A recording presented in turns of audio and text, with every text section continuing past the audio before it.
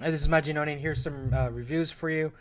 First off, let me just say buy Huck #1 while you can. Still probably find it on the shelves. It was a really solid superhero title. It's not about the big Superman fighting, crime or anything like that. But it was just a down to earth superhero story that was really entertaining. So I'm really looking forward to reading the second issue. But, anyways, let's get on with it. Ultimate End, #5. In my opinion, this is one of these issues that could have just never came out and nobody would notice.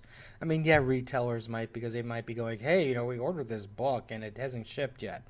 But let's be honest, nobody cares anymore. But regardless, against my better judgment, I picked it up, and out of morbid curiosity. And I just should have listened to my inner self.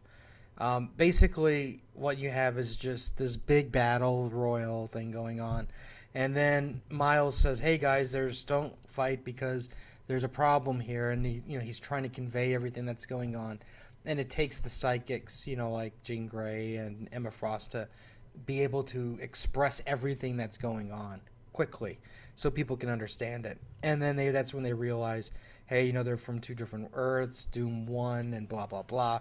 So then they just go to mount the final battle. The final battle is not even what I would consider anything noteworthy, because it really doesn't, there's really nothing to it. You get pages of, you get these pages at the end here where it's like, okay, here's the big battle, right? And then you get this where it shows, okay, here are the heroes. These are spots where people have died. And then when you go to the next page, you notice, more heroes have died. And then you go to the next one, and, oh, look at that. Surprise, surprise. More heroes have died. So, and then this issue is the springboard for the Ultimate Spider-Man. I mean, not the Ultimate. Yeah, Miles' Spider-Man book. So you get a little teaser as to how that book is going to start off. Now, the reason I bet you're probably going, Maginoni, I just saw your Good, the Bad, Disappointing video. You just tore apart, two DC books that are going to score really well in the ratings, and you didn't include Ultimate End #5 as part of your good, your bad, or your disappointing. I think you're playing favorites. Now, under normal circumstances, I would agree with you.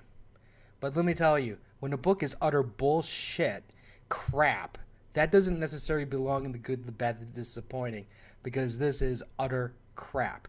I thought it was going to be crap. It turned out to be crap. It shouldn't have. They should have just canceled it. Life would have been better. So there. But didn't play favorites. All New Inhumans #2. Basically, this is the story where, Crystal's going around the world with a bunch of Inhumans, and they're trying to help people that have been, changed by the mist. And what they do is they go to a country that's, really similar to North Korea, and they're looking for Inhumans, and of course, the dictator is like, well, of course there's no Inhumans here because our people are pure and, we are immune to that, which isn't necessarily, everybody knows that that's not the case. And so, but they're trying to figure out if there's any Inhumans that they can save. Overall, I mean, it was a decent read. If anything, I'm really more curious about how this ended and then how it goes into the next issue. Because I think for the most part, they played the first part of it, or say the first 3/4 of it, by numbers. There was absolutely nothing surprising, nothing original. It was pretty much what you expect. And humans go in, Inhumans send off a secret squad, to look outside the castle walls. Oh, look at this. There's some people treated badly, so let's have an emotional outburst. A, B, C, D, by the numbers. So that part wasn't the greatest part, but the ending was like, I wonder where that's going to go. But overall, I'm still enjoying the Inhumans books. Now, Inhumans 3 is basically where you have the heavy hitters, Medusa and Black Bolt, Trigun, and you have some new Inhumans in here mixed in with the Human Torch, and they're basically fighting their child. Their boy was picked up by Kang with an agreement with Black Bolt, and they've been killing Inhumans in the past. So this way, there's only a few Inhumans left. So this is their battle, so to speak. Overall, I really enjoyed it. You know, the art. I mean, the art has really been good with both of the Inhuman books. I think that, you know, compared to the previous Inhuman series, pre Secret Wars, that was bad. I mean, they could have done that so much better, and they've really stepped things up with these two books here. Okay, I didn't think I was gonna buy Illuminati #2, and I did. And you know, this is one of those books where I don't know. I think I'm just gonna. It's, you know, it's like, you know, like when you're at home and it's the weekend and you just don't want to do anything. You just want like maybe 20 minutes just to relax and sit, and you're sitting on the chair or your couch and you're just channel flipping, and you find the most stupidest television show ever. It's that show that you would never dare mention you watched. It would be the show that you would instantly turn off if somebody walked into the room, but yet you watch it fascinated. And that's kind of like what I am with the Illuminati right now. I I don't think this is a great book. I think that there was a couple funny moment with the Mad Tinker and his underwear. I think that the characters aren't really that interesting. They're not really building it up. Granted, the Asgardian theft is kind of interesting, but they did that already from the big event with I forgot the stupid thing, what it was called after the Civil War, and um, with the Asgard crashing down on Earth storyline. But anyways, so we already had an Asgardian type theft story, so it's like but I just can't. I can't help it. I can't. But I think one day we'll break my habit of this book. And oh, by the way, what happens here is they're just trying to figure out the route into Asgard. That's all that really happens here. There's going to be a battle next issue though, but not with Asgard. All right, all new X-Men number 2, Hopeless Bagley. Now this actually, it really had a fantastic moment in it. And when once I got to that part, that's the part that really made me go, okay, this was a solid book.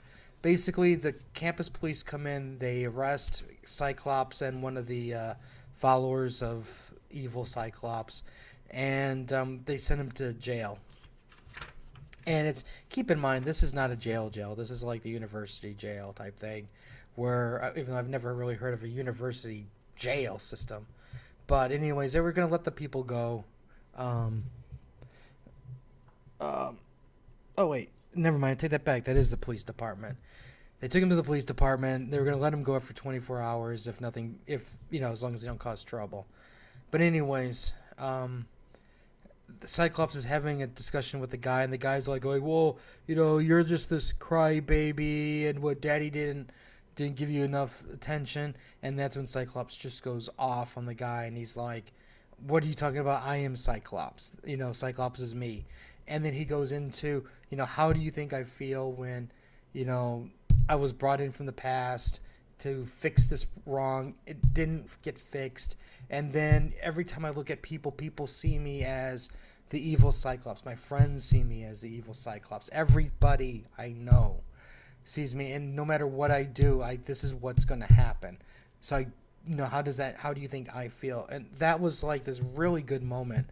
And I was like, wow, that's like something you never really heard out of Cyclops. So I gave it lots of props for that. Other than that, it's these two groups are going to fight for a little bit, and then we'll see what happens if it gets any good.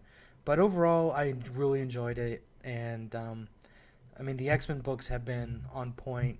Have been really solid. and I'm glad to see the X-Men books in the top 10 again. Anyways, that should at least shut those people up that said Marvel was just trying to kill off all X-Men books, because it's clearly not the case. Anyways, that's some reviews. Like, share, let me know what you guys picked up, what you guys enjoyed, and we'll have some more reviews later. So until next time.